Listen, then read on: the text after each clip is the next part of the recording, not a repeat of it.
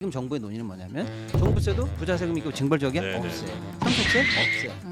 경제적으로 봤을 때는 최악의 타이밍이다. 부동산 내에서만을 놓고 봐도 굉장히 안 좋은 타이밍이다라는 네. 말씀이죠. 세수 관련해서는 비상 상황인데 집 가진 사람을 위한 정책이 서민 대출 정책으로 둔갑되거나 이거 전부 다 기성세대가 갖고 있는 집값을 유지시키기 위한 정책인데 웃기고 있네 이렇게 생각을 해요. 미국으로 일단 어떤 방식이든 영주권이든 뭐든 해서 옮겨놓은 다음에 여기서 상속을 마무리합니다.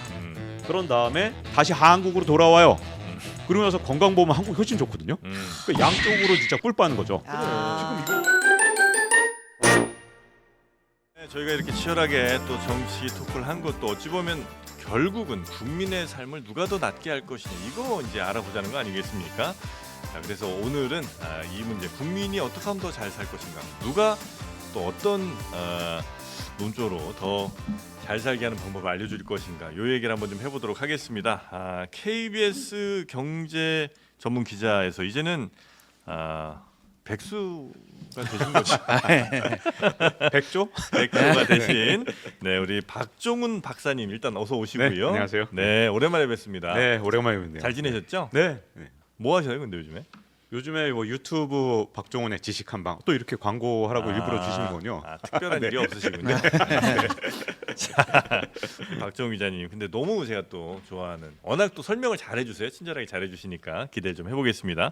그리고 이분이 요즘 굉장히 인기가 많으신 우리 박시동 평론가님, 경제평론가님 어서 오십시오. 안녕하세요, 박시동입니다. 네, 반갑습니다. 네, 반갑습니다. 저희 방송에서는 자주는 못 뵀었죠. 네, 가끔 뵀습니다. 예. 네, 어디서 뵀죠?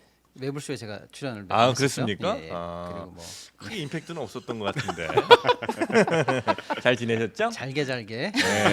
꾸준히 그렇죠. 조용히 갑니다. 네. 조용히 가겠습니다. 오늘 할 얘기는 또 많이 갖고 오셨고요.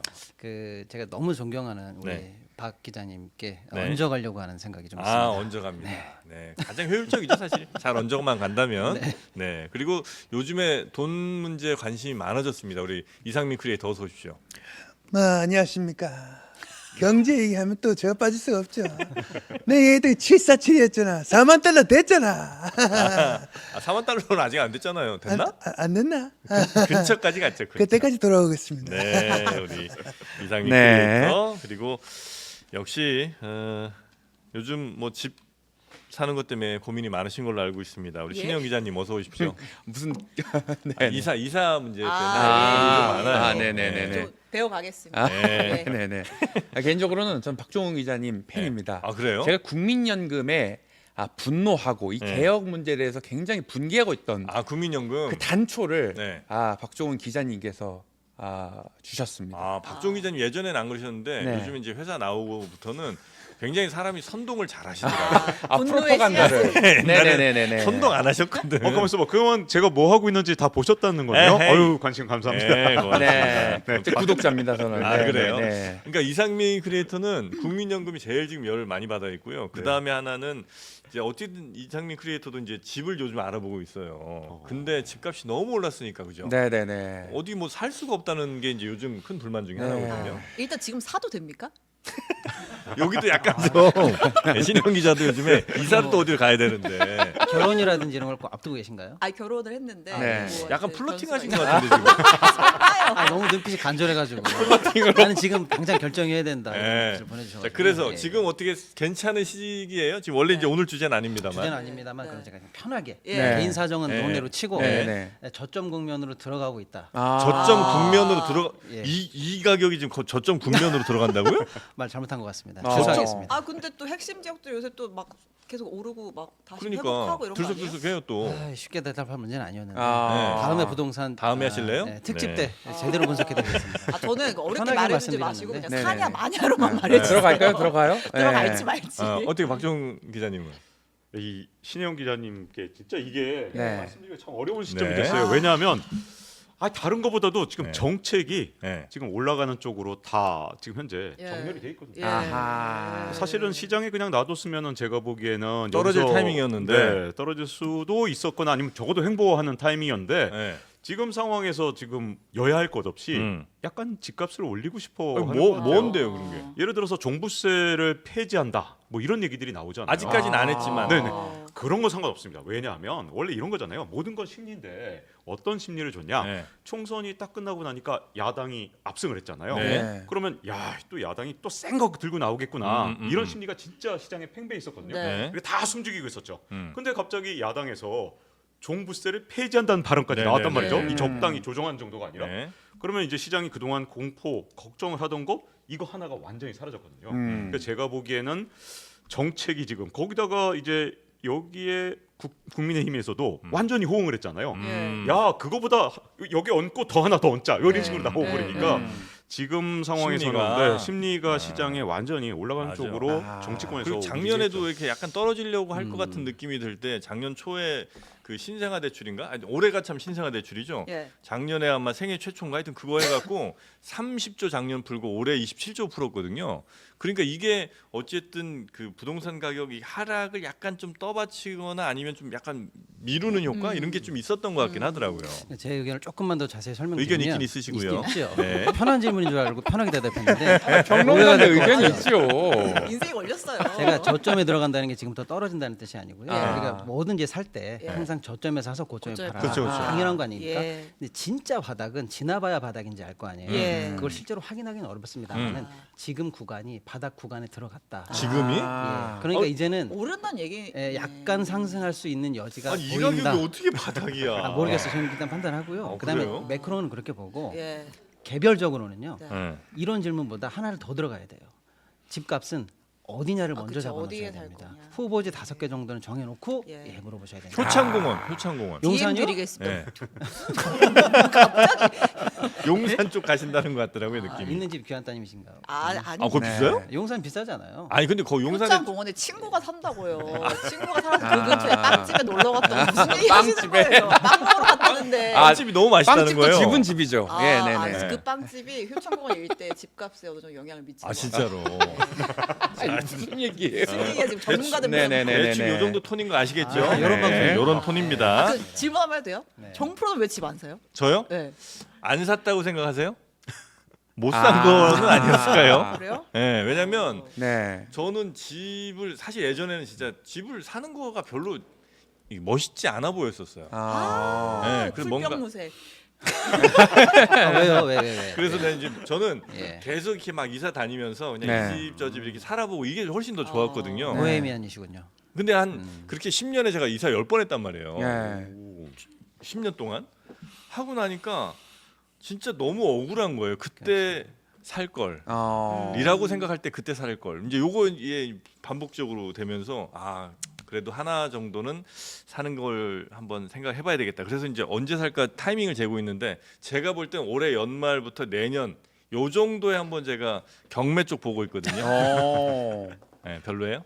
좋습니다. 좋습니까? 경매 전문입니다. 아 그래요? 아, 예. 연락드리겠습니다. 두분 DM 나누시고. 자 그래서 오늘은 첫 번째로는 우리의 국민소득이 1인당 국민소득이 일본을 꺾었다는 아주 기분 좋은 소식으로 그래서 여러분 이 경제 전문가분들의 이 소식에 대한 해석을 한번 좀 들어볼까 싶은데 네. 일단 우리 이상민 크리에이터는 워낙 또 일본을 자주 방문하는 분으로서 네네네네.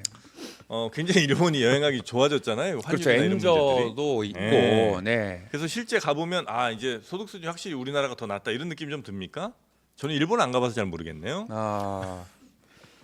한국말로 말씀하시는 거죠? 일본어로 말씀하시는 게 아니라 제가 네네. 네. 어떻게 일본 가서 여행하고 뭐 이렇게 사고 이런데 굉장히 좀 할만합니까? 아 너무 좋습니다. 너무 좋아요? 네. 아 그냥 푹 빠지셨구나. 같이 어떻게 가실래요? 그 일본 네. 가면 네. 한국인 반, 뭐 일본인 반이라고 관광지를 네네네네. 할 정도로 많이 가잖아요. 네. 그게 엔저 때문인 건데 오늘 우리가 다룰 주제랑 또 엔저랑도 연관이 있고. 실제로 네. 우리나라 그 지난해 일본 1인당 국민소득을 넘어선 건 팩트예요? 요새 네, 네. 그렇죠. 얼마였습니까? 우리가 지금 이제 36,000 달러 넘었었으니까 GNI 기준으로 이 넘었었거든요. 네. 근데 다들 아니 내 주머니 사정 보면 하나도 늘어난 것 같지 않은데 도대체 이게 도대체 왜 이러는 거야? 맞아요. 좀 약간 분노하신 분들이 네네네. 많잖아요. 네. 어떻게 된 거예요? 근데 이게 이게 통계가 바뀌어서 그렇다는 얘기도 있잖아요. 통계 뭐 이렇게 통계를 집계하는 기준이 바뀌었어요? 뭐 통계가 바뀐 것도 있죠. 왜냐하면 네. 약간 조사에 영끌을 했습니다. 이것도 다 영끌을 하는 아. 건데 뭐 그동안 이제 잡히지 않던 사람들 전부 다 뭐 유튜버 이런 분들 쉽게 아, 맞아. 이게 잘 안 잡았다고 잡혔거든요. 근데 이런 것들을 모두 다 잡아서 영끌을 해서 통계에 다 넣어버리니까 갑자기 확 올라간 측면이 좀 있어요.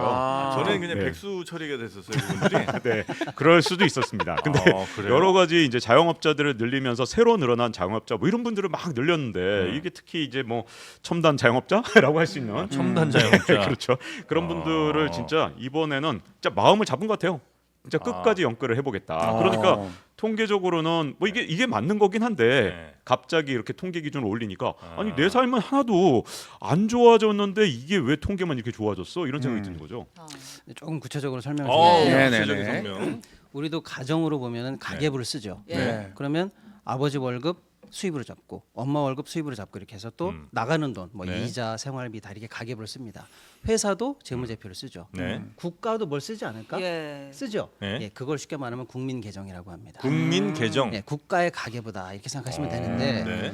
근데 그거를 5년에 한 번씩 기준을 바꿉니다. 예. 그래서 이번에 5년에 한 번 바꿀 때가 됐어요. 근데 대수 바꾼 그래서 거구나. 기준 연도가 바뀌면서 네. 예를 들면은 그 동안은 수입은 아버지 수입, 엄마 수입만 있었는데 5년이 지나고 보니까 첫째 딸이 성인이 됐네, 취직을 했네, 걔 수입도 잡자. 아. 그다음에 둘째 아들이 알바를 하고 있네, 네 수입도 잡자. 이렇게 해서 음. 그 동안에 있었던 기준 연도를 바꾸면서 네. 기준 연도 바꾸면서 새롭게 잡힌 통계들이나 이런 것들을 아까 우리 저 박사님 말씀처럼 네. 영끌을 해서 다 갖다 붙였어요. 그랬더니 어떻게 됐느냐? 그 전년도 기준으로 집계했을 때에 비해서 118조가 늘었어요. 아. 국가 수입이. 그럼 5년에 한 번씩 팡팡 늘겠네요.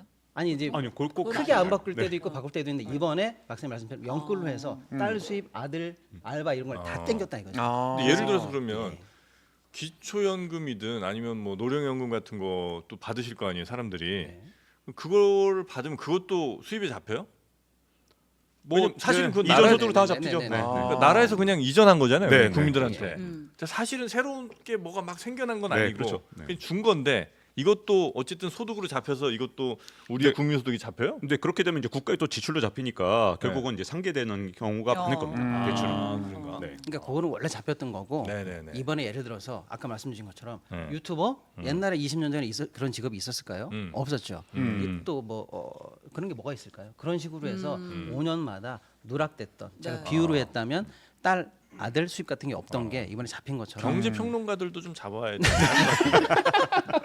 자영업자들. 그렇게 해서 자영업자들. 실제로 우리 삶에 어떤 뭐 큰 소득이 생겼다기보다는 잡히지 않던 소득을 이제 잡으면서 전체적으로 국부가 늘어난 것처럼 이렇게 좀 통계가 늘어났다. 그래서 이제 하여튼 예. 영끌까지 해서 하여튼 좀 올린 측면이 없지 않아 있으나 네. 어쨌든 그건 해야 되는 국가의 업무이기도 하니까. 이 바꾼 게 맞긴 네, 합니다. 크게 잘못된 건 네. 근데 아니고. 어쨌든 그 다 해가지고 어쨌든 어떤 하나의 지표에서 일본을 뛰어넘었다고 하니까 우리나라 진짜 엄청난 경제 대국이 된 것처럼 이 헤드라인만 보면 느껴지잖아요. 이제 어떤 지표를 가지고 또 보느냐로 봐야 될 텐데 이번에 일본을 뛰어넘었다고 한 지표가 1인당 국민 총소득 네. 네. 1인당 국민 총소득. GNI. 네. 이게 지금 36,194달러, 일본이 35,793달러 이걸 제쳤다는 건데 이 GNI가 어떻게 산출이 되는 건지 옛날 우리 그러니까 어릴 때는 뭐 궁금해요. GDP 뭐- GDP 많이 네. 했고 GNP. 어. 네. 네. 그다음에 이제 요즘 이제 GNI 많이 쓰는 것 같은데 네. 뭐가 조금씩 다른 겁니까? 이게 유행이 좀 있는 것 같아요. 유행. 처음에 우리가 GNP 처음에 네. 제일 많이 들어봤잖아요. 80년대 네. GNP였죠. 1인당 GNP에서 GDP로 바꾸는데 와 진짜 저 생방송 할 때 진짜 힘들었습니다. 평생을 1인당 GNP 쓰다가 GDP라고 바꾸려니까 자꾸 이 GNP가 나오더라고요. 아, 진짜 옛날에 야단 많이 맞았는데 그 이유가 야단치기 좋은 스타일이긴 네, 합니다. 실종이다. 실수를 하기가 정말 쉽죠. 네. 근데 일단 기본적으로 옛날에는 GNP에 관심을 가졌던 게 일단 국내에서 어떻게 생산하냐 이런 거보다는 네. 이 국민들이 얼마나 생산을 했냐 이걸 좀 따지다 보니까 네네. 뭐 해외에서 하든 뭐 국내에서 하든 이런 식으로 해서 GNP를 하다가 음. GDP를 이제 강조하는 건 어떻게 됐느냐 결국은 이 땅에서 얼마나 생산을 했느냐 이게 더 네. 중요한 게 아니냐 그래서 네. GDP로 넘어간 거거든요. 네. 근데 이 소득 면에서는 또 이게 뭐가 문제가 되냐면 네. 요즘 글로벌하게 진짜 전 세계 다 투자하고 있는데 아, 꽤나 역시. 돈 벌잖아요. 그렇죠. 네. 엔비디아 샀는데 맞아요. 그렇죠. 그런 게 이제 잡아야죠. 엔비디아 사갖고 이거 벌어들인 건 이거는 이제 우리가 본 거잖아요. 그렇죠, 네. 그렇죠. 네. 그래서 이제 GNI 같은 경우는 네. 우리가 이제 해외에서 벌어들인 돈에서 빼기, 네. 그다음에 이제 오히려 해외에서 우리나라에서 벌어간 돈을 뺀 것, 네. 이게 GNI인데 그렇게 소득을 잡아야 맞는 게 아니냐? 그래서 또 아. 1인당 국민 총소득 네. GNI 이제 실수하지 않습니다. 이제 그러니까 국내에서 솔직히. 벌었든 해외에서 벌었든 우리 국민이 번 총소득 그렇죠. 이렇게 생각하면 되는 거죠. 그래서 예전에는 그래서 영토 개념이라고 편하게 생각하시면 네. 그게 아니라 사람 개념이다. 아. 이건 좀 이해가 쉬워요. 예. 그래서 아. 이상민 씨가 네. 여기서 번 돈, 네. 그다음에 일본이나 미국에 이상민 씨 집이 있어요. 예. 네. 거기서 받는 월세. 이 사람이 한국 사람이 그걸 넣어야 되죠. 아. 근데 그게 지금 옛날과 다르게 엄청나게 큽니다. 삼성전자 공장 중국에 있죠. 그렇죠. 베트남에 있죠. 아. 미국에 있죠. 이 수입을 다 잡아야 될 거 아니에요. 이런 개념이라고 생각하시면 되겠습니다. GNI가 예, 예. 만약에 근데 우리나라에서 출발한 고깃배가 네. 영해를 넘어서서 네. 원양으로 가서 네. 물고기 잡아서 그렇죠. 물고기 많이 잡았어요. 오다가 네. 와서 이제 팔면 이거 우리 소득일 거 아니에요, 그죠? 자, 예. 근데 이제 오는데 오다가 이제 일본에 들러서 거기서 이제 다 팔았어요. 그리고 또 일본에서 그냥 다 썼어. 네. 그리고 돌아왔어요. 네. 이제 그래서 사실 돈 갖고 온 건 없어. 왜냐하면 저 영해 나가서 잡아서 거기서 다 팔고 그 돈 다 이렇게 막 했으니까. 네. 그러면 이건 GNI에 들어가요? 아니 원래는 들어가야 정상인데 아. 왜 사람 개념이라고 작심 편합니다. 네. 그런데 방금 이 정프로님 말씀처럼 네. 그 애당초 고기 잡은 거를 장고에 누락했다. 그럼 지하 경제로 들어가니까 아무도 모르겠죠. 지하 경제로 들어가 이게. 잡히기만 하면 들어가는데. 그렇죠. 아 그래요? 장고에 썼어야죠. 아 그렇습니까? 네, 네. 근데 이거 진짜 박탈감이 드는 숫자 아닌가요? 왜냐면 네. 36,194달러. 네. 네. 이거 우리나라 돈으로 지금 환율로 계산을 해보면 5천만 원입니다. 5천 원. 1인당 5천만 원. 어. 그러면 4인 가족 기준으로 2억. 2억. 야 이게 평균이야? 아, 열받는 정도의 숫자. 2억을 4인 가족이면 2억 버는 집이네 그냥. 네 그렇죠. 이게 우리나라 평균이라니 말이 안 되죠. 주위 없어요. 주의 없죠. 없어요. 네, 말이 안 됩니다. 주의 없는데 이게 왜 그러냐? GNI 개념에는 아까 네. 말씀하신 것처럼 삼성전자가 이제 예를 들어서 미국에서 장사를 잘해서 벌었어요. 이런 돈들이 다 들어가니까 기업이 번 돈들이 들어가는 바람에 그만 GNI에서 이렇게 커지는 거죠. 여기는 정부도 들어가거든요. 그러니까 당연히 엄청나게 이게 우리가 생각할 때는 나는 아닌데 이런 생각이 좀 드실 텐데 여기에서 박탈감을 느끼실 필요가 없다. 왜요? 여기는 이제 삼성전자 이런 기업들 아. 정부 지출 이런 것들이 다 포함되어 있기 때문에 소득의 주체, 네. 개인, 기업, 정부. 그렇죠, 그렇죠. 아니 근데 그 우리나라 기업이라는 것도 조금 약간 애매한 것 같아요. 쿠팡은 이제 우리나라 기업 아니죠. 네네네. 그러니까 거기서는 아무리 벌어도 우리나라 요 GNI에 계산 안 되는 거죠? 태클 전문입니까? 이런 방송이군요. 그래서 쿠팡 안 쓰세요. 꼬리를 실제로. 찔러. 진짜 안 장르만 쓰세요? 광고 붙이면 네, 국내 저는 기업이라고 테무 했습니다. 테무 주고 네, 중국 기업 많이 씁니다. 알리테무 그거는 뭐지? 네, 알리테무 많이 씁니다. 네네네네. 근데 그 박사님 말씀처럼 네. 그 통계에는 네. 정부나 기업이 이게 다 들어가니까 네. 너무 크지 않나라고 해서 네. 열패감을 느끼거나 네. 피부랑 너무 멀다 이런 말씀을 많이 하시는데 음. 실제는 국세청에 보고된 사실은 이제 세금을 내는 모든 사람들의 중위소득을 딱 잘라 보면은 3천만 원이 안 됩니다. 아 가운데 그러니까 10명 줄 세우면 다섯 그렇죠. 번째. 예. 그리고 사실 뭐 아. 4인 우리 뭐 여러 가지 있지 않습니까? 예, 사인하고 예. 평균 뭐 네. 실제 근로소득이라든지 이런 거 합산해 보면 네. 그 정도가 안 되거든요. 네. 그러니까 그 통계와 내가 실질적으로 느낀 내 소득 간의 괴리에 대해서 너무 지나친 열패감을 가지실 필요는 없다. 이 돈은 다 누가 갖고 있는 거예요? 이 나라에 있죠. 어딘가 내 손에 닿지 않을 삼성에 있고 정부에 있고 현대에 있고 예. 뿐. 그래요. 어느 부자들 또 지갑에 있긴 있고요. 그러니까 수출 기업들이 돈을 엄청 많이 번 건 맞는 거죠? 네. 그러니까 니네 집 잘 살지 이러는데 내 주머니에 돈이 없는 그런 기분. 그 친구네 집에 가면 항상 그 막 게임기 있고 그렇죠. 우리 집에는 막 그 자치기에 그런 거밖에 없는데 네네. 비석치기하고. 네. 네네네. 너무 진짜 슬픕니다. 그러니까 나라는 부자인데 국민은 가난하다 이 얘기를 우리가 일본에 맞아 대해서 일본이 옛날에 네. 그랬었는데 지금 이제 우리나라가 그렇게 된 거죠. 좀 안타깝습니다. 그건 좀.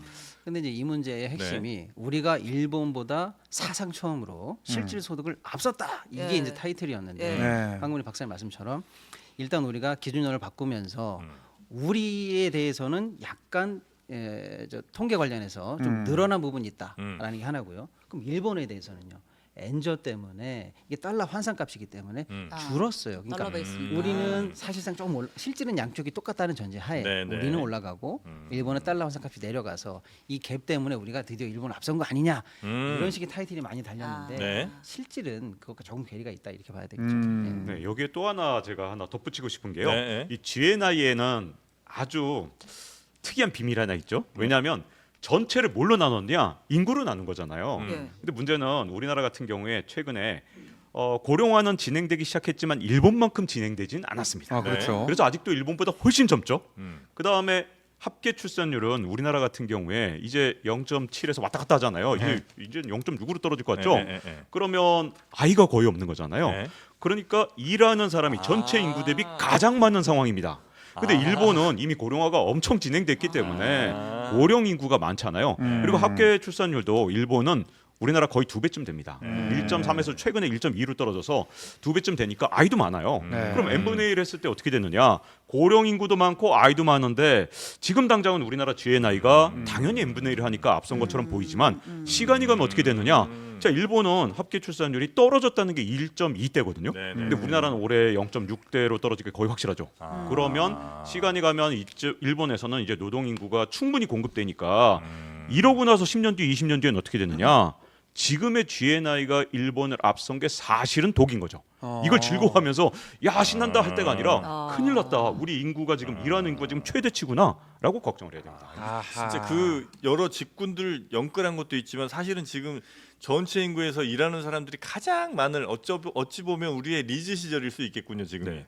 그래서 아주 네. 특이한 일인데 이탈리아든 뭐든 네. 스페인이든 다 4만 달러의 함정이라는 게 하나 있어요. 아 사망 찍었다가 네. 이게 중진국의 함정이 하나 딱 있고 아 중진국의 그다음에 함정. 한 번 더 선진국까지 간 나라들은 4만 달러의 함정이 있는데 네. 이탈리아도 유럽 국가들 중에서 가장 출산율이 먼저 떨어진 나라예요. 그럼 어떤 일이 생겼냐? 다른 나라가 고령화 미쳐되기 전에 이렇게 됐을 때 1인당 GNI 같은 게 막 4만 달러가 됐거든요. 근데 그게 뭐였냐? 사실은 저주였죠. 저출산의 저주.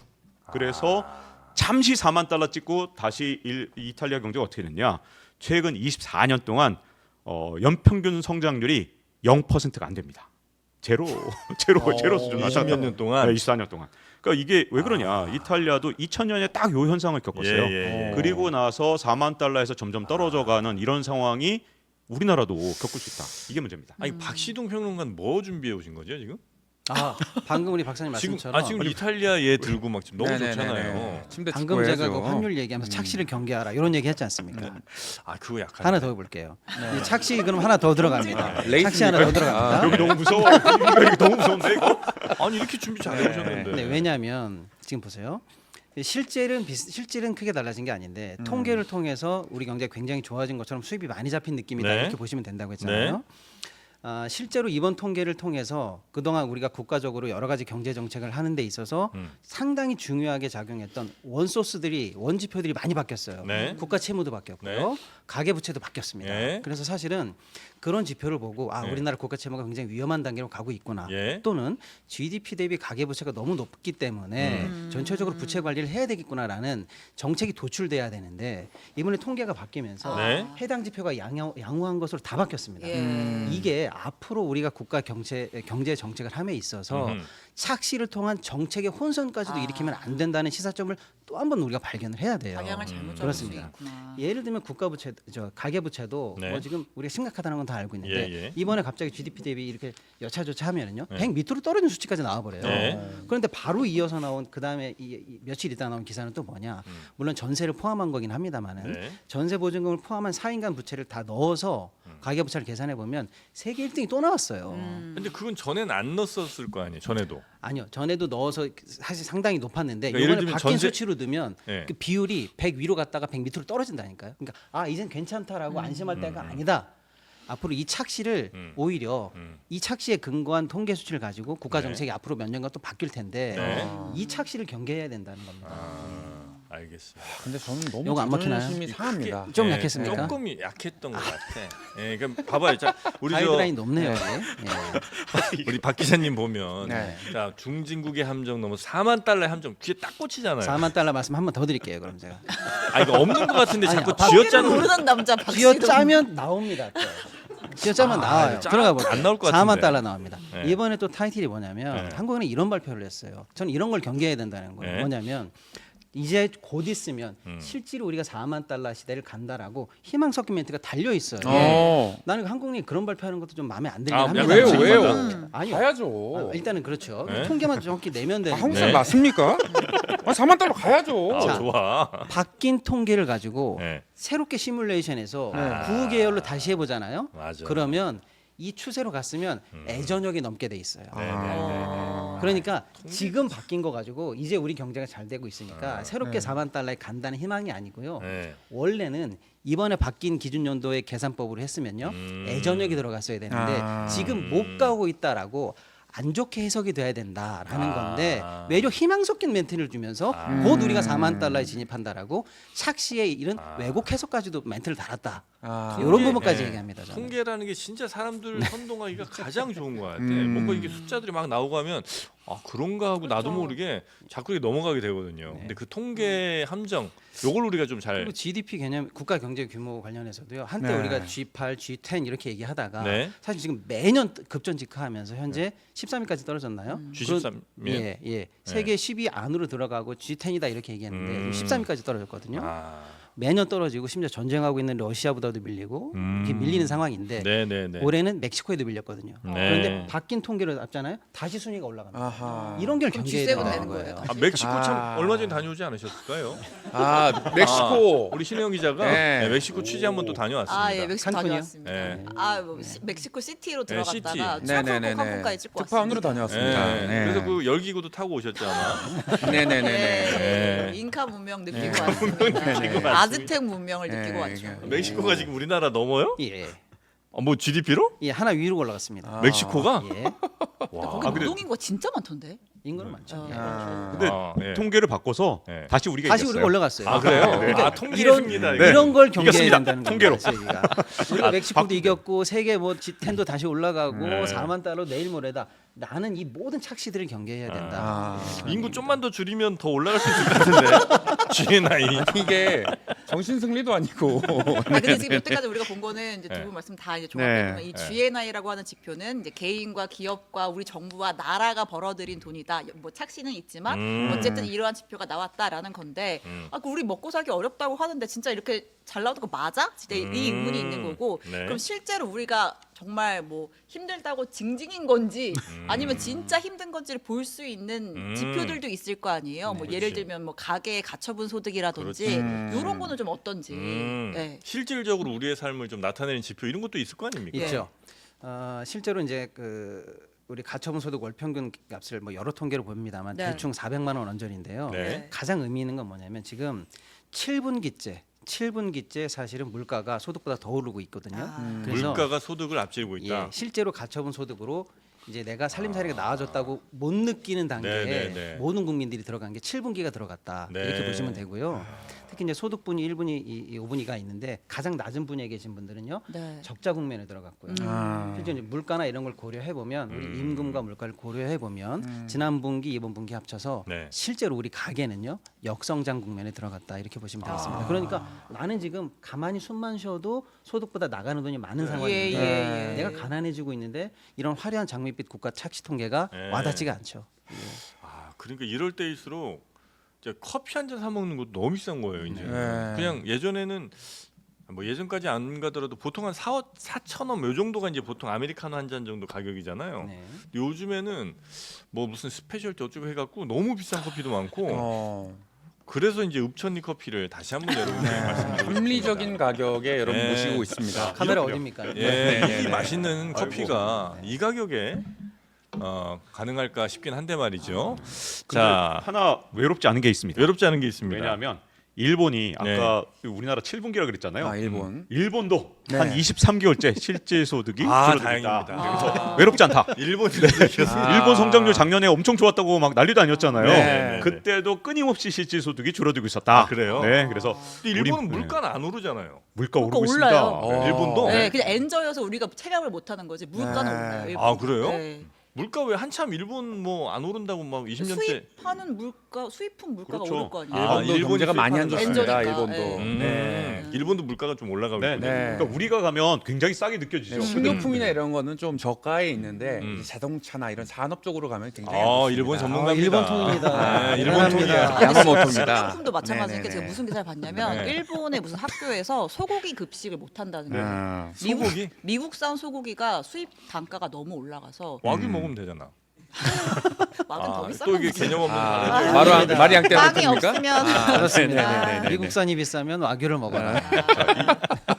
아무튼 일본 물가 얘기하다가 너무 네, 네. 일본 사람들이 왜 어려워졌냐 이거거든요. 1달러에 120엔 하다가 160엔까지 갔다. 예를 들어 볼게요. 아 지금은 이제 157엔 정도지만 자 1달러에 120엔 하다 160엔 간 게 한국으로 치면 네. 1달러에 1,200원 하다 1,600원이 된 거예요. 와. 그러면 갑자기 수입 물가가 얼마나 많이 올랐겠어요. 그렇죠. 네. 일본 사람들이 상대적으로 엄청 가난해진 거죠. 아. 물가가 계속 튀는데 네. 임금 올렸다고 자꾸 이제 우리나라의 기사에 뜨는데 네. 야 진짜 그렇게 기사 쓰면 안 됩니다. 아 참 나도 저도 이 기자 출신이지만 옆에 기자도 계십니다 지금.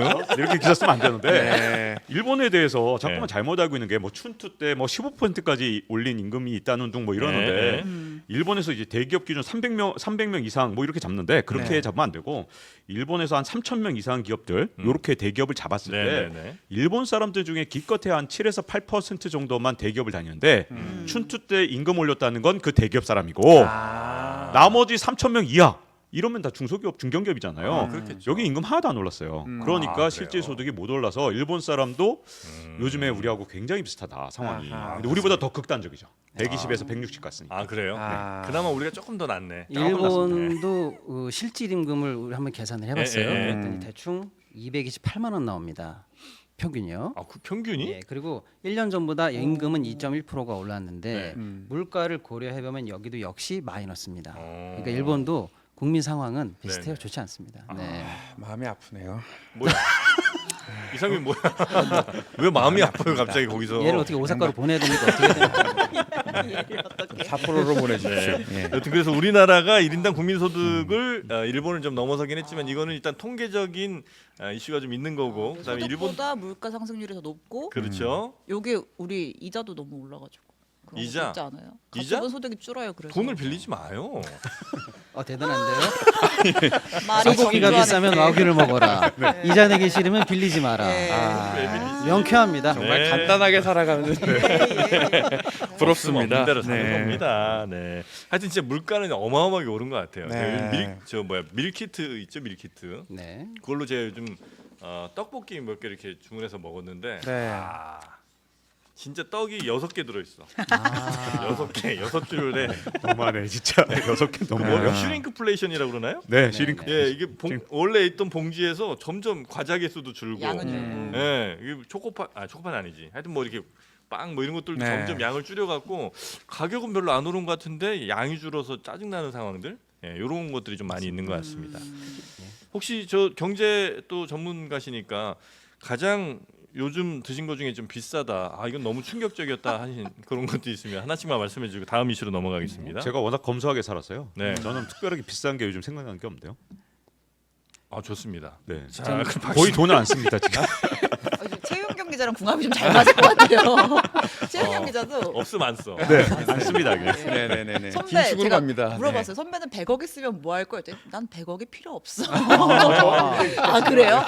다음 주에 한번 모셔보겠습니다. 요즘 냉면 예. 비싸잖아요. 그럼 둥지냉면 드세요. 뭐 네. 이런 거 얘기하시니까. 저랑 냉면 굉장히 얘기하려고 비슷하죠. 그랬습니다. 아 둥지냉면 얘기해요? 아니요, 전 냉면. 냉면. 왜 이렇게 냉면. 비싸냐라고 할 때 아. 냉면 단골집이 15,000원을 돌파하는 걸 제가 보고 나서 아하. 손이 안 나가더라고요. 어디 아. 파세요? 평냉이죠? 밀대 파세요? 아니요, 저희 고양시 굉장히 유명한 냉면. 고양시? 아. 예, 아, 제가 고양- 일산 살거든요. 아 예. 그래요? 뭐 평냉 쪽이죠? 아니요. 그냥 말씀 아무튼 네, 괜찮습니다. 네. 고자리 냉면이라고 고자리? 굉장히 고사리?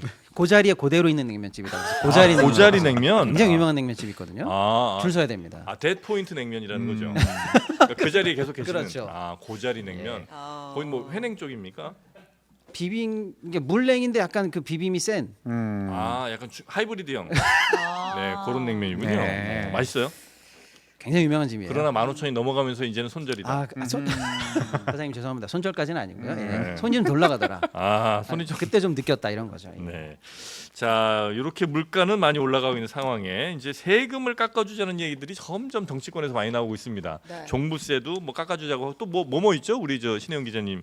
뭐 민주당에서 종부세 네. 주택자는 종부세 폐지하겠다라고 했다 또 감론을박에 있었고 네. 지금 국민의힘 뭐 종부세 아예 폐지하자 상속세도 깎아자 금투세 폐지하자 금투세 지금 또 얘기도 22대 있고. 국회 개원하자마자 1호 법안을 뭐 상속세 얘기도 있고요. 맞습니다. 네. 예. 점점 깎아주자고 하는데 이게 누구를 위한 경쟁인지 선의의 경쟁인지 아니면 있는 놈들이 해먹자는 경쟁인지 이제 거기에 대해서 불만 있는 분들이 좀 계십니다. 그리고 뭐 우리 모두가 가서 세금을 내니까 음. 세금 좀 덜 내면 좋겠다 싶다가도 그럼 이제 소는 누가 키우나 아, 이런 생각이 소. 드는 거죠. 네, 와규 또 가야죠. 와규가 맛있습니다. 와규 맛있어요. 네네네. 고배규. 네, 고배규가 아. 기름기가 많고요. 이때 성대모사 들어가야 되는 거 네네네. 아닙니까? 고배 성대모사요? 아니요 와규 전문가 성대모사. 와규 전문가는 누군가요? MB. 아 MB. 아, 자, 속인 와규 아닙니까? 들어가야죠. 어머 비슷하신데. 내가 오사카 출신이에요. 형 미국 술을 먹어야지 뭔 소리 하는 거야. 소는 미국 소죠 참. 그래도 수입했잖아. 네, 고맙습니다. 사줄래요?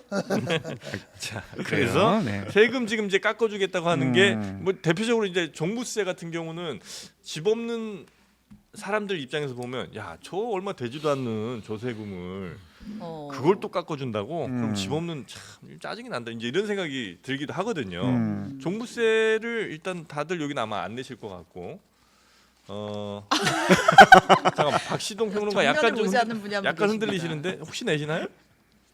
냅니다. 이 악사모 선배님 내시는 걸로 제가 알고 있습니다. 물귀신 작전입니다. 네. 왜 저를 어떻게 같이 두 분입니다. 네. 경제 전문가랑 다르시구나. 내신다 이 말이죠. 실물을 좀 만져야 됩니다. 아, 맞아. 얼마 이상이죠? 맞아, 참 맞아. 종부세가?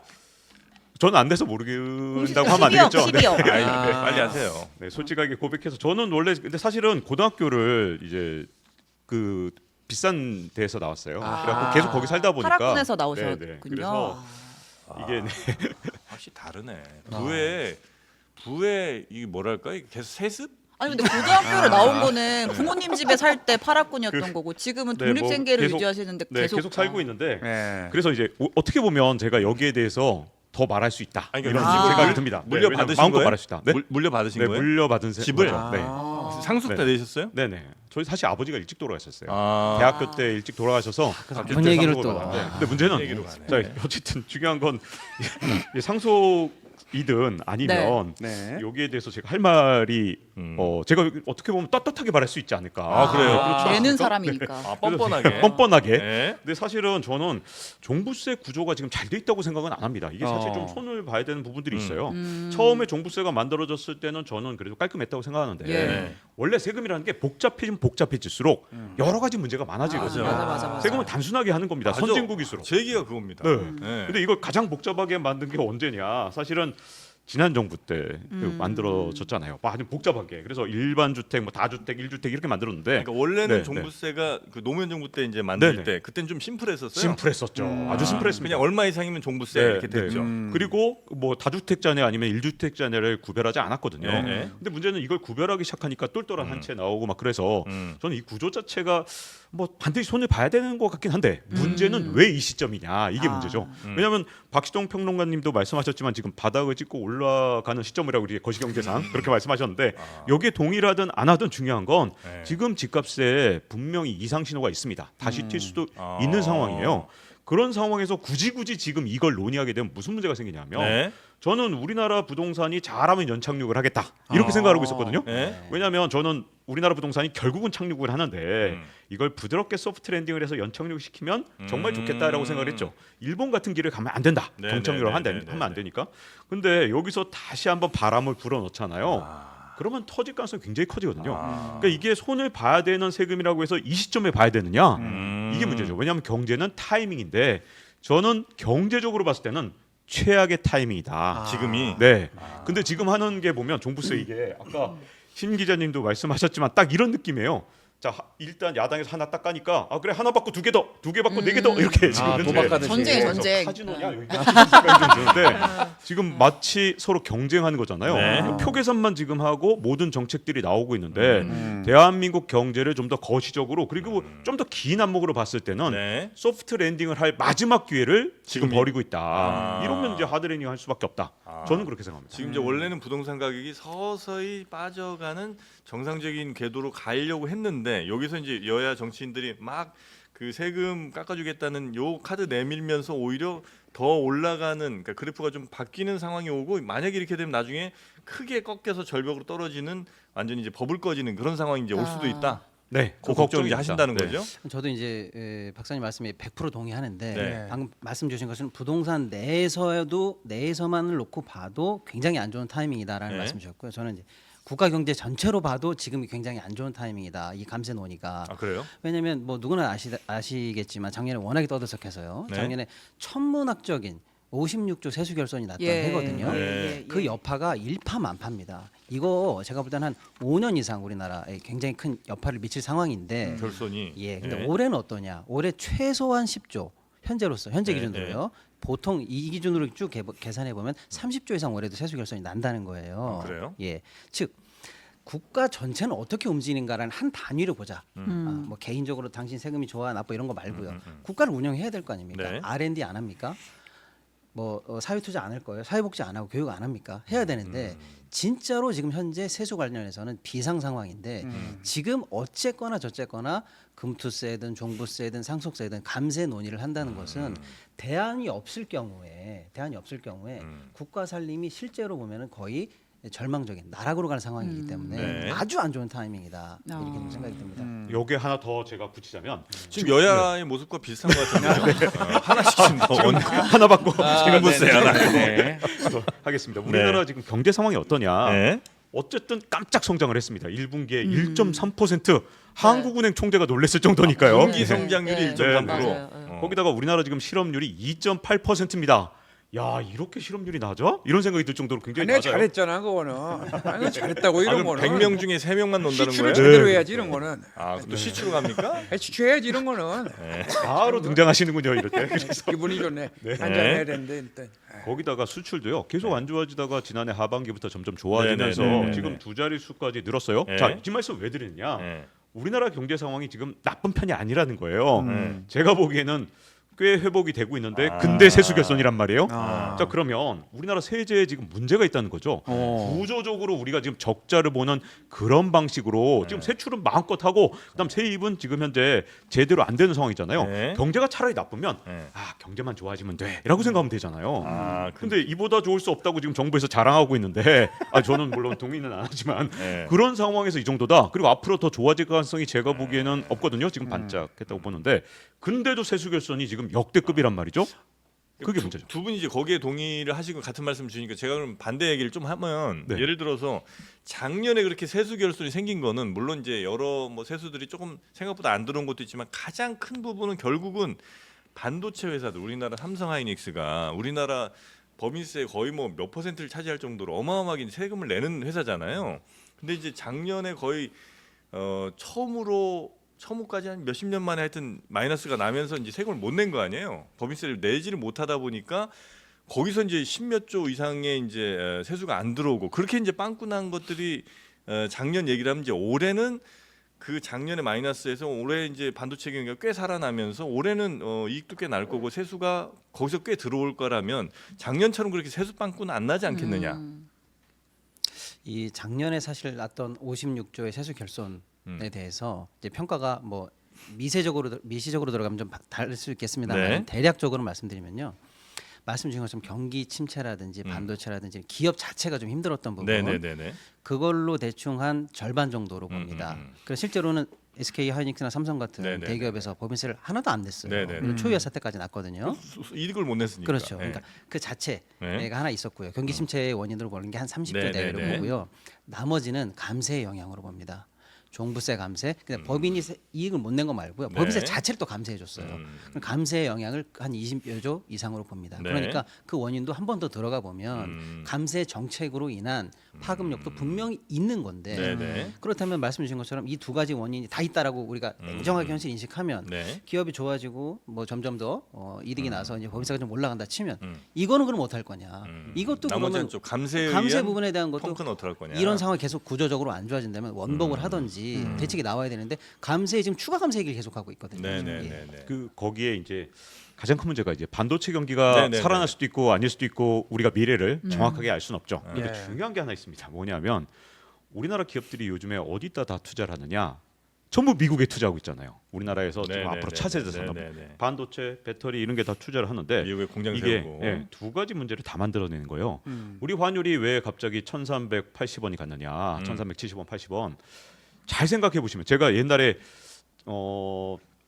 정영진 프로님하고 얘기할 때인가 그때 이제 1,120원인가 그랬는데 제가 지금 당장 많은 돈을 달러로 바꿔야 한다. 아, 맞아, 얘기를 맞아. 기억나시죠? 네. 몇 년 전입니까? 모프로 TV에서 어. 네, 1,120원 안 될 때. 아, 뭐 프로 TV라니 아니 뭐 3프로 TV. 상장이 안 된 그 업체 말씀이시죠? 아니, 아. 여기서 제가 아, 경쟁사 아니에요. 월급을 받아요. 아니, 함께 거기야? 가는 겁니다. 저희 지금 뭐 장르만 삼프로 삼프로예요. TV에서. 이제 얘기해야지. 3프로 TV에 나왔을 때 기억나시죠? 뭐 프로필이라고 하니까 네. 되게 약간 기분이 좀 안 좋은데. 네. 저는 경쟁사는 뭐 안될것 같아요. 범법을 저지른 듯한 느낌. 아 역시 네. 언론계에서 죄송합니다. 사셨던 분이라 또 네, 네. 상대가 아니, 있으셔가지고. 아, 저희- KBS를 막 뭐비에 쓰지? 아, 이렇게 아, 원래 뭐 제가 일단- M본부, K본부 막 이렇게 하잖아요. 일단 이게 3본부. 공영방송에서 오래 있다 보면 습관이. 표를 말하면 안 되는 건가 이런 생각이 좀 예, 듭니다. 이거 다 됩니다. 기억나시죠? 1,120원 아래에서 아, 무조건 맞아요, 환전하 맞아요. 그랬대. 네. 1,060원이었어요 그때가. 아, 근데 그래요? 무조건 달러로 갖고 있어야 된다. 댓글에 비상장 프로라고 나오네. 저런 야, 비상장 프로 어떤 TV라고. 놈이야 이거? 아 이거 너무 네. 뼈를 찌르시면 안 되는데. 네네네. 근데 이제 그랬던 여러 가지 원인들이 있는데 예, 예. 그 중에 하나가 이제 한 서너 가지 얘기를 했어요 그때 예. 이유를. 근데 그 중에 하나는 뭐냐면 예. 우리나라 기업들이 너무나도 안타깝지만 전부 다 해외 투자를 하고 있고 그리고 이제 또 이제 우리 기자를 또 제가 스스로 디스를 해야 되는데 아니 해외 투자를 한 거 그때 당시만 해도 뭐 예를 들어서 대통령 순방의 성과다. 드디어 미국에 뭐 예를 들어서 뭐 몇억 달러를 투자하게 네, 됐다. 네, 네. 순방 경제 네, 순방 효과 경제 몇 조 효과. 막 해가지고. 네, 몇 조를 미국에 투자한다. 좀 그 기사 나올 때마다 야 큰일 났다. 이거는 빨리 달러를 바꿔놔야 된다. 우리 왜? 국민들이 왜냐하면 그러면 그 돈이 거기서 한국으로 들어오질 않아요. 자 삼성전자가 돈을 벌면 지금 어떻게 되느냐? 텍사스에서 계속 투자할 거니까 번 돈을 갖고 한국에 들어오는 게 아니라 끊임없이 텍사스에 투자하는 이런 상황이 되거든요. 돈을 내고 오는 네, 거군요. 네. 그래서 제가 공영방송 기자였음에도 불구하고 왜 네. 그런 주장을 했냐면 우리 국민 하나하나가 달러를 갖고 있어야 음. 나중에 또 다시 이제 이런 문제가 생겼을 때 이 달러 자산이 대한민국 경제도 지키고 외환 시장도 지키는 버팀목이 되니까 여러분 달러를 바꿔두세요라고 한 게 그래서 그런 거거든요. 근데 문제는 자 보세요. 이게 두 가지 문제를 다 만듭니다. 네. 우리나라 삼성전자가 원래는 한 예를 들어서 한 14조 원 정도면 지을 수 있는 공장을 텍사스에 짓기 때문에 28조 원 정도 든다 이렇게 대충 전망을 했거든요.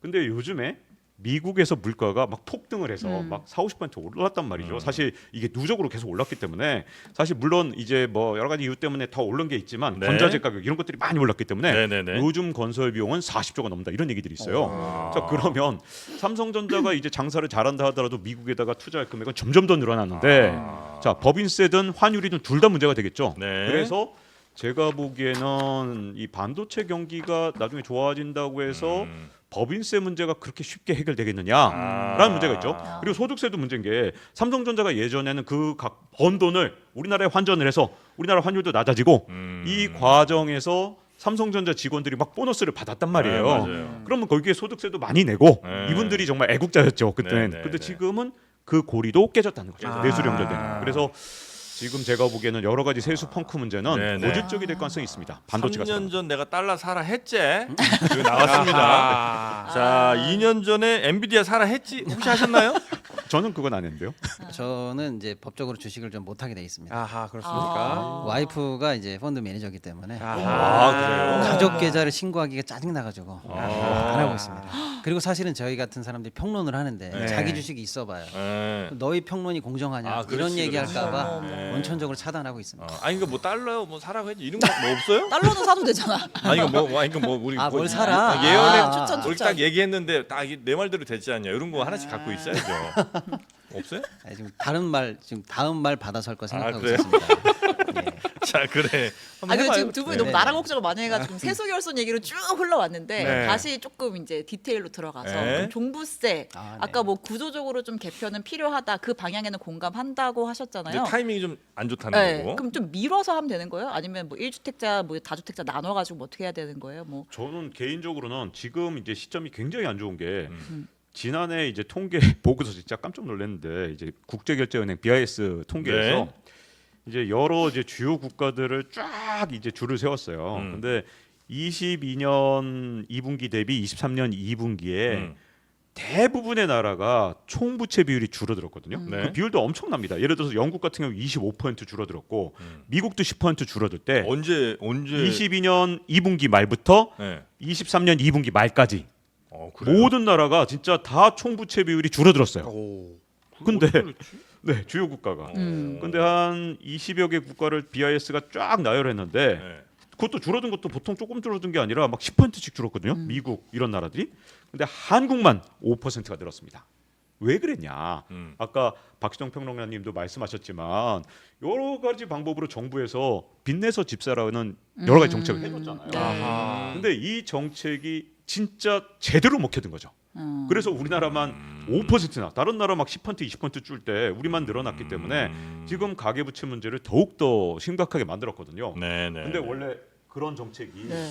청년들을 진짜 위한 정책이 아니거든요. 아하. 이게 문제입니다. 왜냐하면 전세 대출은 전세 세입자를 위한 정책일까요?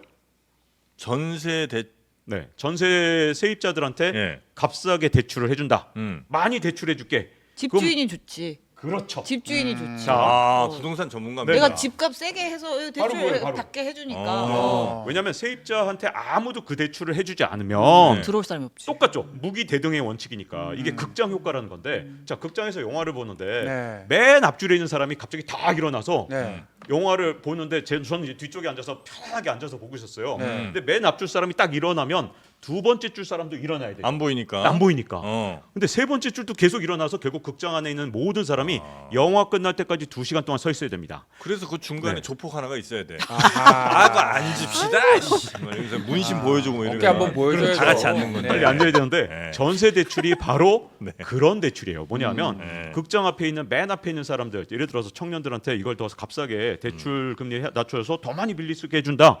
그러면 극장 효과가 일어나면서 모두가 사야 되거든요. 그 대출을 더 받아야 되기 때문에 전세 가격이 안정될 때 전세 대출을 하는 건 다 여기에는 뭐 있냐?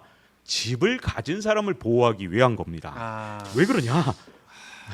집을 가진 사람이 60%거든요. 대한민국에. 그래서 항상 집 가진 사람을 위한 정책이 서민 대출 정책으로 둔갑되거나 집 가진 기성세대를 위한 정책이 청년 세대 주택을 첫 주택 마련하기 위해서 야 우리 정부가 도와줄게 이거 전부 다 기성세대가 갖고 있는 집값을 유지시키기 위한 정책인데 전부 청년 세대 대출 좋아하네 저는 맨날 웃기고 있네 이렇게 생각을 하죠. 아, 우리 그래서- 상민이 분노 포인트인데 이거. 이 뻔히하다. 이 악마들이 천사의 옷을 입고 등장한다는 거예요. 아하. 항상 좋은 말과 좋은 이 입에 발린 얘기로 우리한테 다 서민 위한 것 같고 없는 사람 막 챙기는 것 같이 하지만 사실은 엉뚱한 사람들 이득만 지금 지키고 있었다는 얘기 아니겠습니까?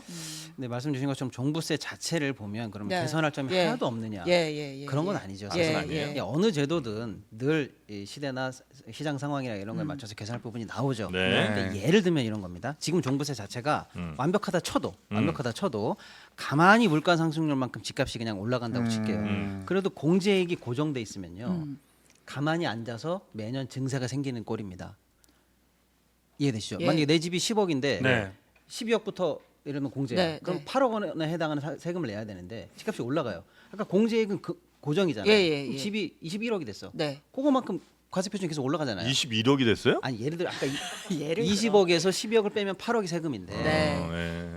집이 20억이 계속 올라가면 되면 공제는 고정인데 네, 이만큼 세금 낼 올라가잖아요. 액수가 늘어나니까. 그렇죠. 약간 예민해졌어요. 예를 들어 그런 식으로 네.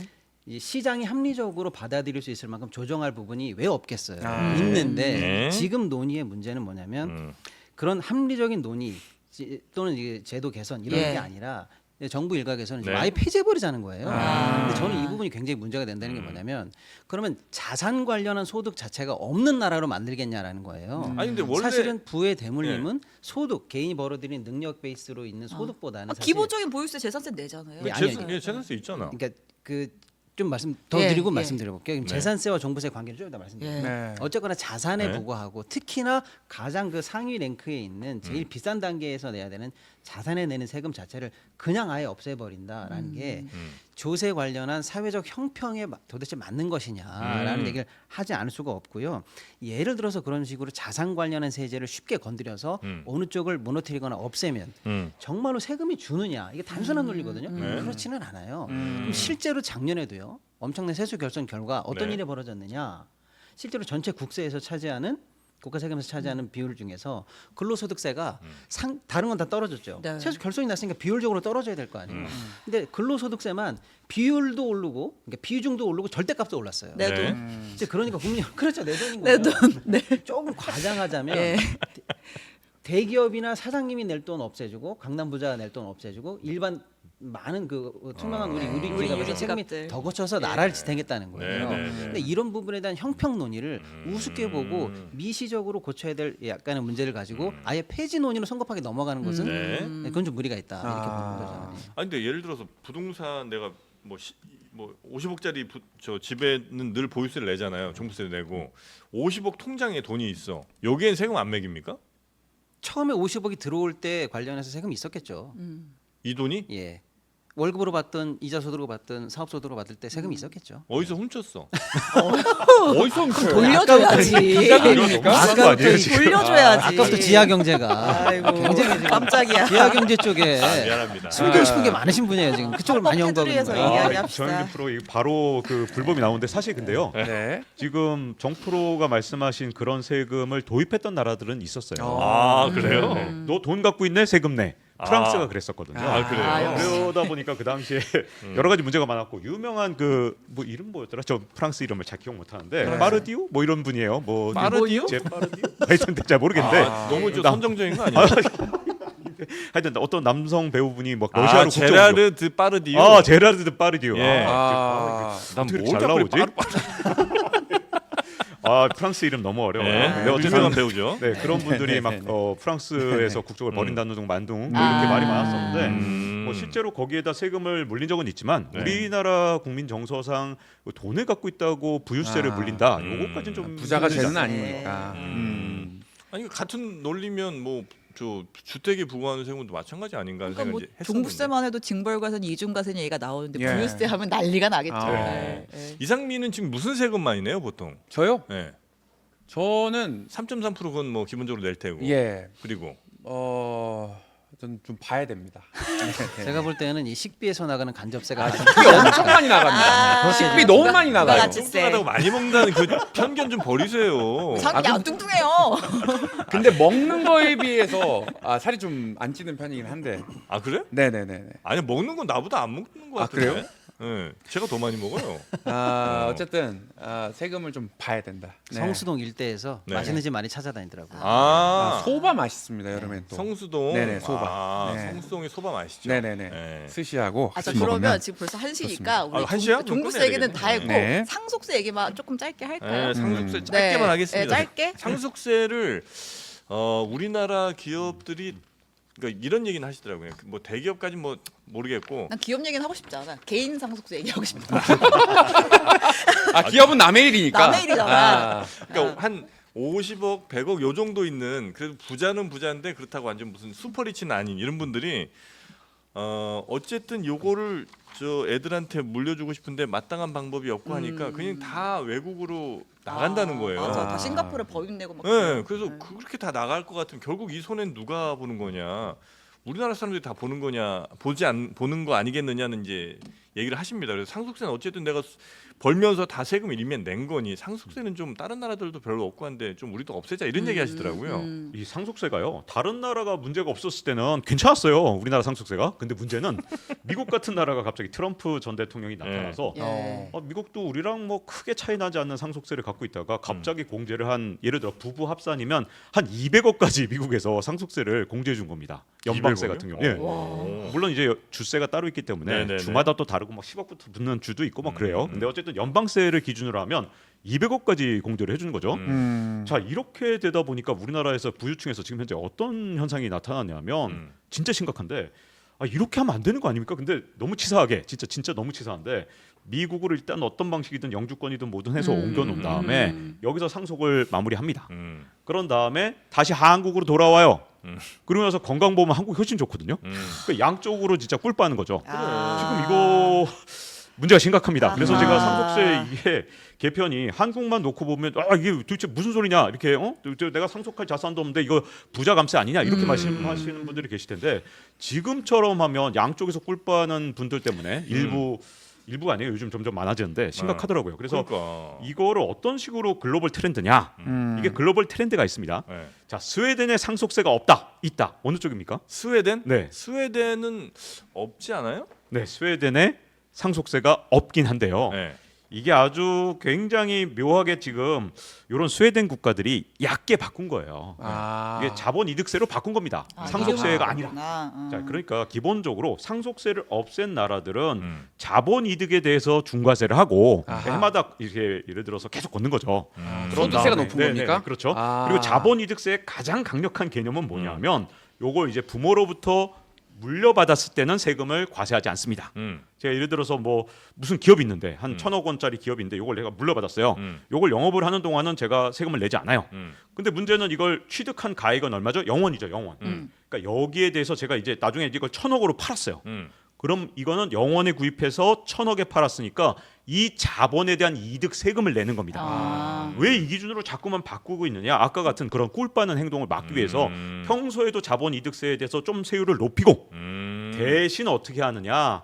이렇게 상속세는 낮추거나 아니면 상속세를 이연하는 방법을 쓰는 게 물려받을 네. 때까지는 안 받지만 나중에 네. 네가 이 돈을 뭔가 이게 현실화해 갖고 내가 그럼 기업 활동하는 생길 때는 입장에서도 당근이 되고 그렇죠, 하니까. 그렇죠. 이게 원래는 이러지 않아도 됐는데 미국이 그래버리니까 글로벌 스탠다드를 만들어 보니까 야 이거 상속세 없애는 게 또 트렌드네. 왜냐하면 상속세를 처음 만든 나라가 어떤 나라냐? 또 이 패권 국가였습니다. 그건 또 그 패권 국가에 따라 영국 그렇죠. 모든 건 영국에서 시작되니까 영국이 상속세라는 개념을 처음 만들어서 그 다음에 모든 나라가 다 상속세를 따라했는데 네. 미국은 지금 상속세를 없애는 분위기다 보니까 없애거나 아니면 대폭 뭐 공제를 늘리고 있으니까 네. 결국은 다른 나라가 생존하기 위해서 자본이득세를 강화하는 건데 자 지금 보세요. 우리나라는 뭐가 문제냐? 지금 웃는 게 보니까 벌써 눈치채셨겠지만 종부세, 네. 종부세도 없애고 그 다음에 상속세도 이렇게 줄이고 네. 요건 글로벌 트렌드가 아닌 거죠. 트렌드가 그럼 왜냐하면 아니구나. 세수가 안 들어오니까 그거는 아니지. 그러면 세수는 어떻게 하지? 그럼 어떻게 되느냐? 그럼 유류세 인상하거나 아니면 뭐 담배세 옛날에 인상했던 그거 기억나시죠? 다른 소비세. 왜냐하면 다른 소득세가 다 네네네네. 사라지거나 뭐 이러면 결국은 어떻게 되느냐? 부가세 올리자는 얘기 나올걸요? 예. 이렇게 저항이 없으니까. 네. 그러니까 지금 그 상속세 관련해서 어떤 아까도 종부세처럼 어떠한 변화도 필요 없어. 이건 지고지순하게 완벽한 제도야. 이렇게 말하는 사람 없을 거예요. 예. 바뀌어야 될 부분이 있죠. 네. 예를 들어 지금 상속세 공제 범위하고 과표 구간이요. 네. 이거 수십 년 된 거예요. 그 28년 됐다고 예, 하더라고요. 경제 규모가 이렇게 네. 컸는데 28년 동안 바뀌질 않았어요. 네. 그러니까 상속을 조금이라도 해야 되는 사람들 입장에서는 탈세 욕구를 느끼죠. 절세 욕구를 느끼죠. 네. 그러니까 이런 부분 합리적으로 바꿔야 될 부분이 예. 있습니다. 네, 네. 또 지금 정부가 추진하고 있는 게 뭐냐면 유산세에서 유산 취득세로 바꾼다는 거예요. 쉽게 말하면 예를 들어서 아버지가 150억을 물려주게 생겼어요. 그럼 150억? 예를 들면 지금 150억에 바로 세금을 때립니다. 네. 네. 그럼 과표비 150억이니까 규모가 엄청 크잖아요. 예. 절반 날라갑니다. 네. 근데 지금 이제 정부가 바꾸려고 하는 건 뭐냐면 일단 자식이 5명이다. 그럼 150억을 나눠. 30억씩. 예, 그럼 30억이 되잖아요. 그럼 30억짜리 과표 구간에 맞게 세금을 내라는 거예요. 내가 훨씬 30억을 적- 물려받으니까 내는 사람 입장에서 훨씬 적어. 훨씬 적게 내는 거죠. 15명이라면 만약에 10억씩 내가죠. 그러면 거의 생성세 없는 구간으로 들어갑니다. 그럼 됐네. 그런 식으로 해서 그럼 자식도 많이 낳겠다. 저출산 해법? 역시 안 내려고. 기상천외하게 잘 생각하시네요. 그러니까 그러니까 그런 식으로 지금 정부가 바꾸려고 하는 거 네. 일면 합리적인 네. 부분이 없지 않다고 저는 봅니다. 네, 네, 그러니까 네. 합리적인 부분에서 시대에 맞게 바뀌어야 될 부분 당연히 있지만 그렇다고 해서 상속세가 그러면 완전히 없어야 되는 세금이냐? 아까 얘기한 것처럼 저는 사회적 형평 때문에 어쩔 수 없이 이 뭐랄까 계층이 고착화되거나 이런 걸 막아야 될 거 아니에요. 예. 네, 네. 그런 측면에서 당연히 합리적으로 또 유지되거나 바뀌어야 될 부분이 있고 네. 특히 말씀 주신 것처럼 종부세, 소득세와 이게 결이 맞아야 되거든요. 그래서 전체적으로 우리가 세금을 어떻게 디자인할 건지 합리적으로 봐야 되는데 지금 정부의 논의는 뭐냐면 종부세도 부자 세금 있고 징벌적이야 네, 없애, 상속세 없애, 나머지 소득세라든지 이런 그 전체적인 세율 관계에 대해서의 합리적인 링크가 지금 나오고 있지 않은 상황에서 딱 이것만 없애 이런 상황에서는 곤란하다. 예. 알겠습니다. 자, 하여튼 상속세도 물론 이제 글로벌 트렌드라는 것도 있고 이렇게 빠져나가는 사람들 좀 막아야 될 뭐 요인들 좀 있긴 있어야 되지만 그렇다고 막 지금 없앤다거나 이렇게 할 것까지는 아닌 것 같은. 외국으로 이렇게 막 빼돌리는 사람들은 예를 들어 내가 뭐 $10,000 이렇게 외국으로 보낸다 이럴 때는 영 하나를 나라에서 빼면 어때요? 네, 그거 있어요. 원래 미국은요 네. 국적을 바꾸잖아요. 네. 그럼 국적 이탈세, 그러니까 국적 포기세가 있습니다. 어. 이거 원래 아, 그런 거 그래요? 있어야 돼요. 우리나라는 그게 없어갖고 지금 이런 꿀 빠는 사람이 생긴 건데, 이거 지금 정확한 지적하셨네. 역시 옛날에- 정프로가 달라. 옛날에 유명한 해외 배우들 같은 경우는 상속세나 세금 너무 비싸서 네. 국적을 아예 바꾸는 경우도 있었잖아요. 네. 맞아요, 근데 미국에는 예. 국적 포기세라는 게 진짜 아. 중과세를 해버리거든요. 근데 우리나라는 그걸 도입하지 않고 있는데 그 이유가 뭐냐? 예. 이 입법 과정에서 영향을 미치는 사람들이 그런 사람이 많아요. 아 그럼 그거를 아예 그 꿀빠세 뭐 이렇게 해서 그렇죠. 꿀을 빠는 새끼. 예? 꿀 빠는 사람들. 네네네. 네, 아, 완전히 오늘 마지막 이제- 방송입니까? 네네. 아니 아까 비상장 그 얘기 이후에 좀 아 약간 멘탈이 나가버렸어요. 네, 사실은요. 네, 네. 우리가 상속세 하지만 실제로 네. 상속세를 내는 네, 보통의 네, 네. 부자들은 많지는 않습니다. 아. 근데 진짜 이 여론을 주도하고 있는 슈퍼리치들은요. 예를 들면 대기업들, 대주주들, 방금 말씀하신 것처럼 미국으로 쿠션 칠 수 있다든지 싱가포르에 있는 자금을 통해서 펀드로 후려칠 수 있는 사람들은 슈퍼리치들이거든요. 사실 여기들이 문제인데 여기를 강력하게 하면서 네. 뭐 할 수는 있는데 여기들이 사실은 일반 상속세 관련해서 논의를 주도하고 있는 것도 조금 문제는 문제입니다. 사실 웬만한 사람들은 상속세 낼 일은 없죠, 잘 그죠? 별로 없습니다. 근데 그런 경우들은 주위에 좀 있는 것 같아요. 예를 들어서 이제 부모님이 가진 게 이제 뭐 예를 들어 서울에 그냥 집 한 채 정도 가지고 네. 있어. 그래서 이제 자식한테 뭔가를 좀 해주고 싶고 내 집 마련 워낙 힘드니까 좀 도와주고 싶은데 집값이 또 너무 오르고. 그러니까 이건 내가 원해서 오른 건 아니지만 물론 내 이득이긴 하지만 집값은 워낙 오르고 이거라도 좀 물려주려고 보니까 세금이 반이야.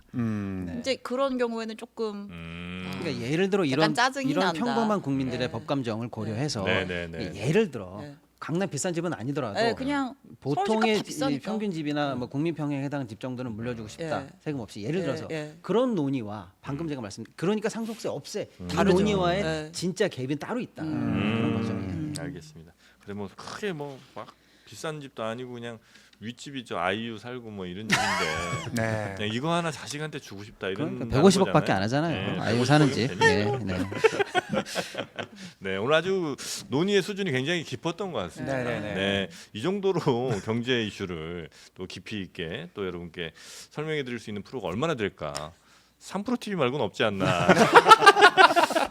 하는 생각이 좀 들고요. 네네네네. 이상민 크리에이터 오늘 궁금한 거 어떻게 다 해결했습니까? 아 하나만 더 여쭤볼게요. 댓글에 아, 뭐가 또 하나 있어가지고 네. 이런 댓글이 있었습니다. 네. 비상장은 비과세냐 이런 댓글이 있었는데요. 네. 비상장은 비과세냐? 네네네. 뭔데? 비상장 이거 내가 맞습니까? 얘기해줄게. 뭐 전문가 비상장 전문가입니까? 네. 비상장 뭐 무슨 비과세. 뭐에 비상장은 대한? 비과세냐? 그러니까 비상장 주식을 질문 살 자체가 때 그랬습니다. 에라이 씨 이건 그냥 이건 악플이야 질문이 아니고. 그렇습니까? 악플인 죄송합니다. 것 같아요. 네. 아니 뭐 질문을 제대로 하든가 뭐 비상장 주식을 뭐 정영진이 사고팔- 드디어 미쳤다 이런 댓글 좀 있네요. 방송 끝나고 네. 이상민 뭐 좀 사주세요. 네. 이제 불만이 많은 것 그거 같네요. 알고 읽으신 것 같아요. 그러니까 불만이 저 많은 것 몰랐습니다. 같아요. 저는 정무적 감각이 없습니다. 네, 네. 알겠습니다. 자 이렇게 궁금한 여러분의 생활에 삶에 직접적인 영향을 미치는 경제 이슈도 저희가 이렇게 좀 다뤄보도록 하겠습니다. 여러분 궁금하신 뭐 경제 이슈들, 나 이건 진짜 모르겠다, 환율 막 이건 너무 계산하기 어렵다 등등 있으시면 저희한테 남겨주시면 저희가 또 이 두 분 박시동 평론가 그리고 박종훈 어떻게 보면 박사님이라고 해요, 평론가라고 해요, 뭐로 할까요, 작가로 할까요? 셋 다 좋네요. 네. 편한 대로 불러주십시오. 네. 박종훈 경제학 박사 작가 평론가 님과 같이 이런 거다 보통 그걸 다 해보도록 하겠습니다. 다 붙이는군요. 아니 그냥 박프로라고 하시죠. 박프로? 그건 안 돼요? 4%로 되는 아, 얹어 가보려고 했더니 안 돼. 네. 우리 신혜영 기자는 네. 어떻게 오늘 저 부동산 관련된 궁금증 다 해결하신 거죠? 아 너무 유익했고요. 네. 그 특히 좀 번외로 저희 그 엄마 아빠가 고양시에 사시는데 고자리 냉면 꼭 추천하도록 하겠습니다. 예. 아 일산이에요? 네네네. 아니 그러니까 고양시 일산 쪽에 있는 그 냉면집은 덕양에 있고. 덕양 쪽. 아 예. 여기서도 가깝네 그러면. 네네네. 아 우리도 갈 수 있네. 한번 갈까요 예, 우리? 한번 가죠. 아, 예. 좋죠. 예. 오시면 제가 쏩니다. 와우. 고자리. 고자리. 고자리 냉면, 데드포인트 콜드 누들. 자 그러면 오늘 경제 원래 이제 코너 이름도 사실 저희가 고민을 많이 했어요. 뭐 경제 썰전도 있었고 경제 뭐였죠? 천공만공 뭐 이런 것도 있었고 우리 저 신혜영 기자 경제 코뿔소 주장 강력하게 하셨고 저돌적으로 한번 달려가 보자. 돈은 저돌적으로 벌어야 된다. 어떤 저 정치 이제 너무 절여진 사람의 주장은 이제 경제명인의 마을 뭐 경제명인의 말로 이런 것도 있었는데 우리 이제 코너는 다시 한번 좀 고민을 해보겠습니다. 고급스럽게. 네. 자, 하여튼 오늘 고생 많으셨고 다음 주에 다시 여러분과 만나뵙도록 하겠습니다. 저희 네. 그 부장이 오늘 방송이 굉장히 만족스러우셨나 봐요. 그래요? 두 분께 네. 이제 이 시간 빼달라, 고정을 박아달라는 요청을. 근데 그거는 요청할 필요가 없는 게 이분들이 이 시간에 일이 없어요. 그런가요? 네. 자연스럽게. 그냥 우리 필요할 방송 두 개를 조정하고 왔어요. 와. 우리 필요할 때 부르면 되는 사람들입니다. 아유. 네. 걱정하지 마시고 그런 건 뭐 부장선에서 하실 것도 아니에요. 그래요? 예, 우리 저 이상민 선에서 해결 다 되는 문제니까. 네, 나오시길 바라겠습니다. 네, 네. 다음 주에도 뵙도록 하겠습니다. 네, 고생 많으셨고 재밌었습니다. 고맙습니다. 감사합니다. 네.